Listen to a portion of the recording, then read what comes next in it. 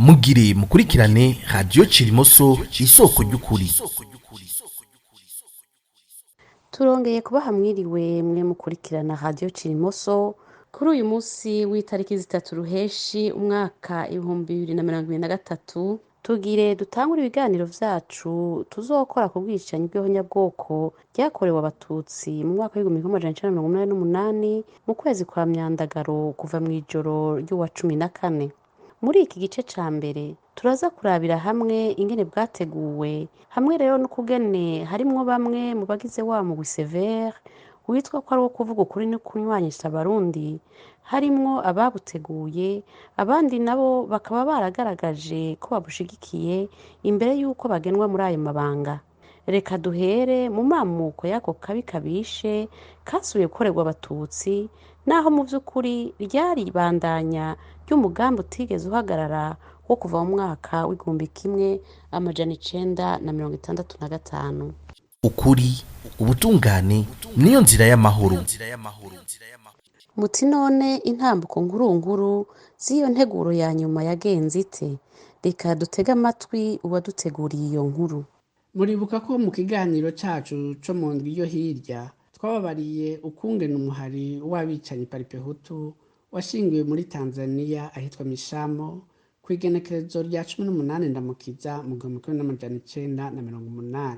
Ico tutari twabashikiyeko n'ukuntu iyo tarike yabaye iyo gushira ahabona isura nshasha uyo murwi wari uhejeje kwiha, nayo ubundi hoho nta gishasha cari kije, baba abawutanguje haba ivyiyumviro vyose vyari vya bindi nyene vyo kurandurana n'imizizi na Mututsi. Abo barundi bo mu bwoko bw'Abahutu bari bamaze imyaka n'iyindi bagerageza gushira mu ngiro hakabaho Imana nyene. Duhereye kuri nyene kuba indongozi ya mbere y'uwo muhari w'abicanyi Remi Gahutu muri iyo Ndamukiza mu 1980, nta mezi nangahe yari arangiye yimukiye muri ico gihugu ca Tanzania akuwe na Juvenal Habyarimana yari arongoye u Rwanda.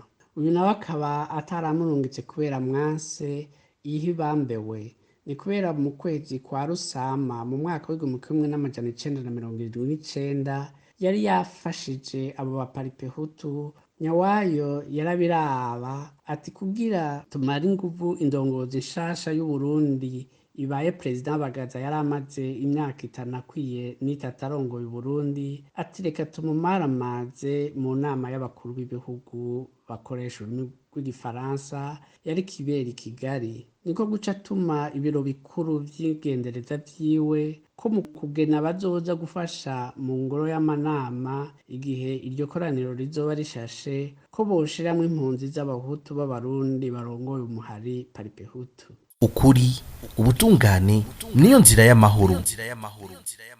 Perezida Bagaza bibonye yaciye afata ijambo arabamenyesha ko adashobora kubandanya mu gasuzuguro nk'ako, maze arasezera abari mu nama acaraganuka mu gihugu ciwe ubutarariye. Yamara ashika arungikira Habyarimana ubutumwa bwo kumurengutsa kugira amwibwirire imbonankubone ko yakinye ahadakinwa.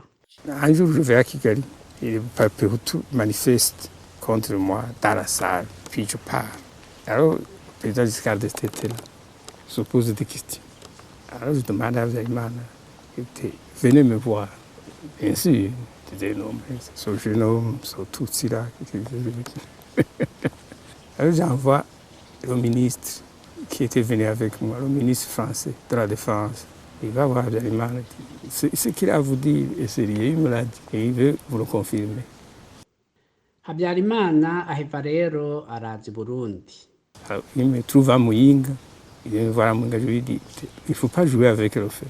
Je sais que le PALIPEHUTU est là, je sais que les services de renseignement rwandais le savaient, je sais qu'ils ont organisé cela.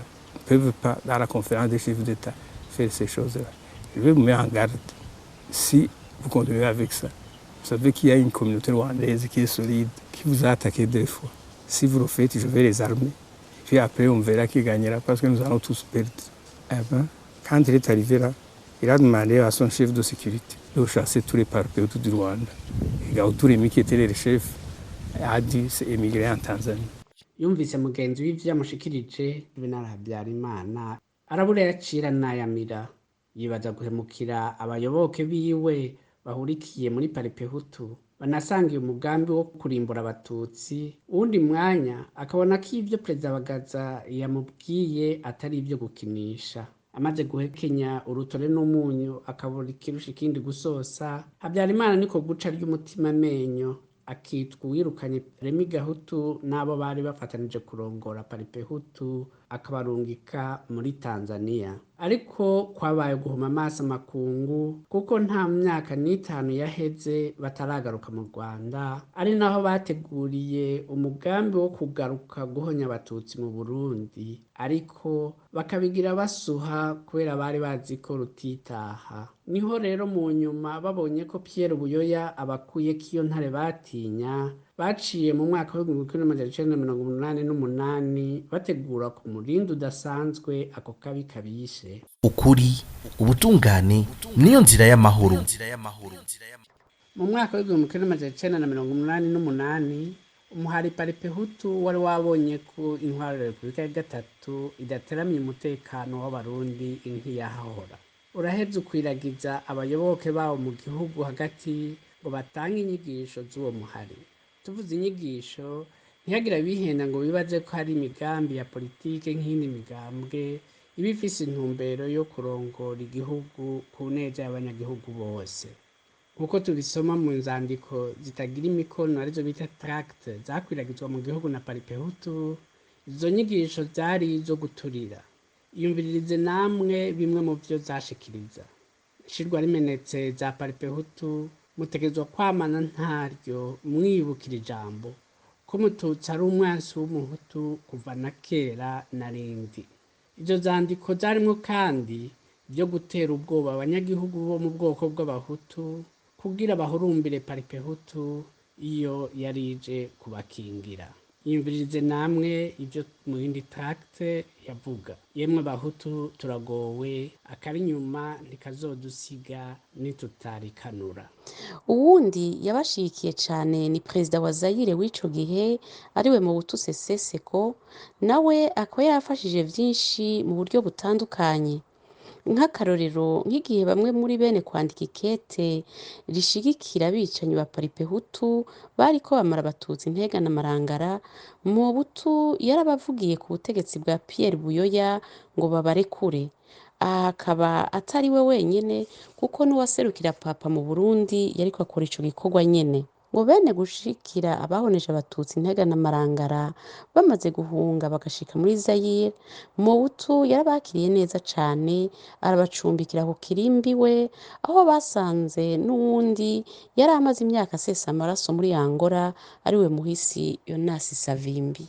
Ukuri, ubutungane niyo nzira y'amahoro.